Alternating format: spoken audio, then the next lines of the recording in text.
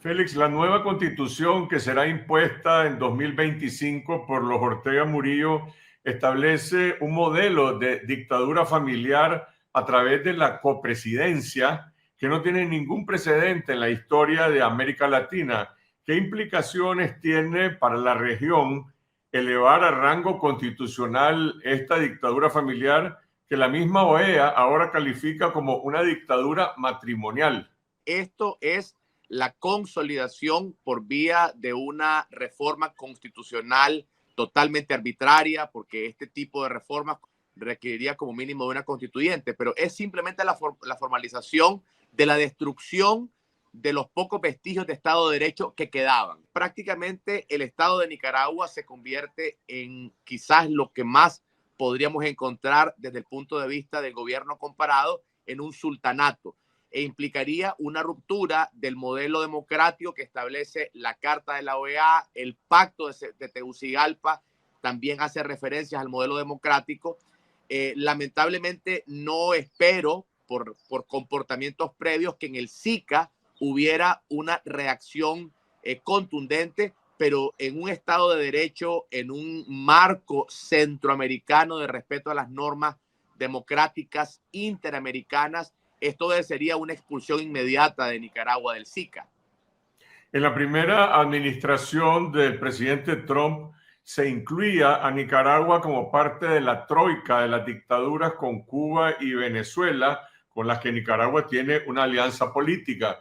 ¿Consideras que esta visión se mantiene hoy de poner a Nicaragua dentro de ese bloque o van a definir una política particular hacia esta dictadura?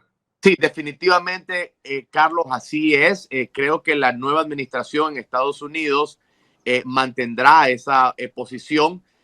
Creo que el nombramiento del senador Rubio en el Departamento de Estado es un fuerte indicador del interés que tendrán los temas de América Latina, particularmente Venezuela, Cuba, Nicaragua.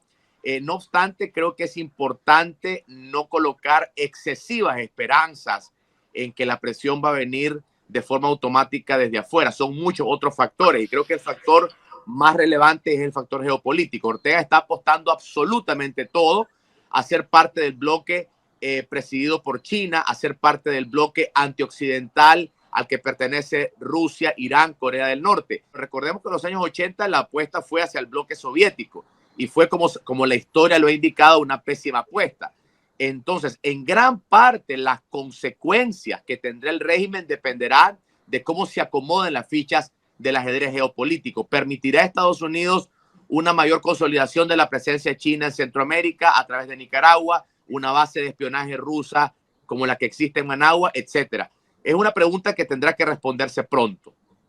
Volvamos a la reforma constitucional. ¿Qué implicaciones tiene para la sociedad nicaragüense, sobre todo para los sectores que buscan un restablecimiento de la democracia en Nicaragua, que se oficialice que Nicaragua es una dictadura según la Constitución?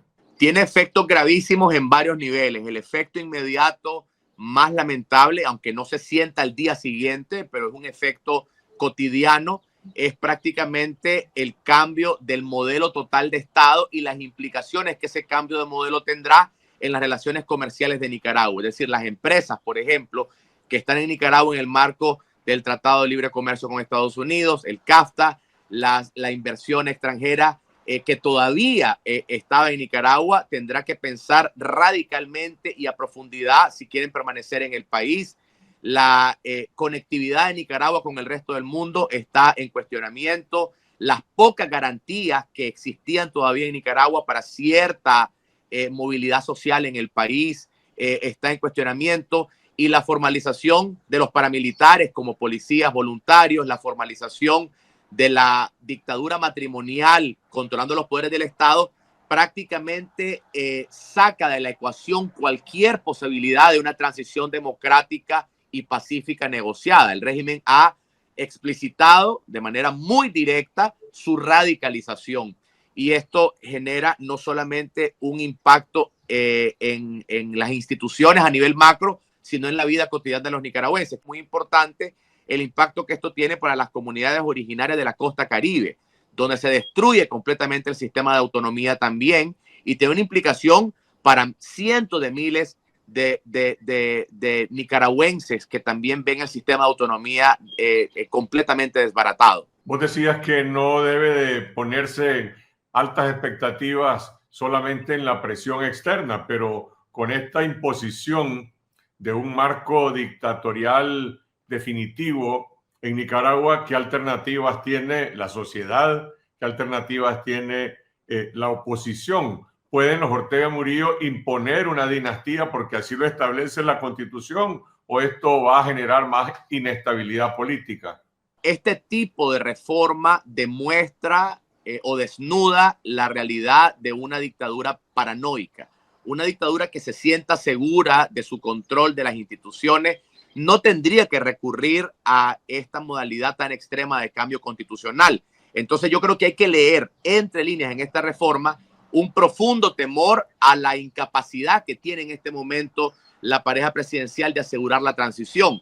La figura de la copresidencia, creo que más que seguridad, lo que indica es una paranoia, un temor a la reacción que podría tener la misma militancia sandinista, la reacción que podría tener incluso facciones del ejército de Nicaragua en una transición hacia Rosario Murillo y eventualmente hacia Laureano Ortega. Por esa razón creo que es fundamental, a propósito de tu pregunta de la oposición, de trabajar en varios pilares estratégicos fundamentales. En primer lugar, en internacionalizar la presión y explicar a la comunidad internacional que efectivamente Ortega dejó de ser un problema doméstico de solo los nicaragüenses, es un problema de toda la comunidad internacional y un peligro para la seguridad de Centroamérica.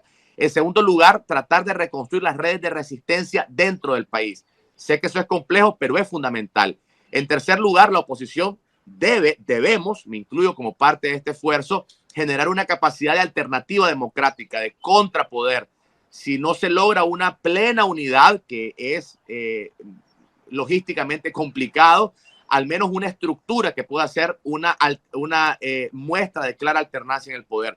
Y finalmente, seguir generando presión focalizada a través de fuertes sanciones. Creo que una sanción que debería venir pronto o relativamente pronto, Carlos, es la suspensión del Tratado de Libre Comercio. No es una sanción fácil porque implicaría reformas a nivel regional y a nivel del Congreso de Estados Unidos, pero creo que es hora también de poner la mano y los dedos señalando el CAFTA.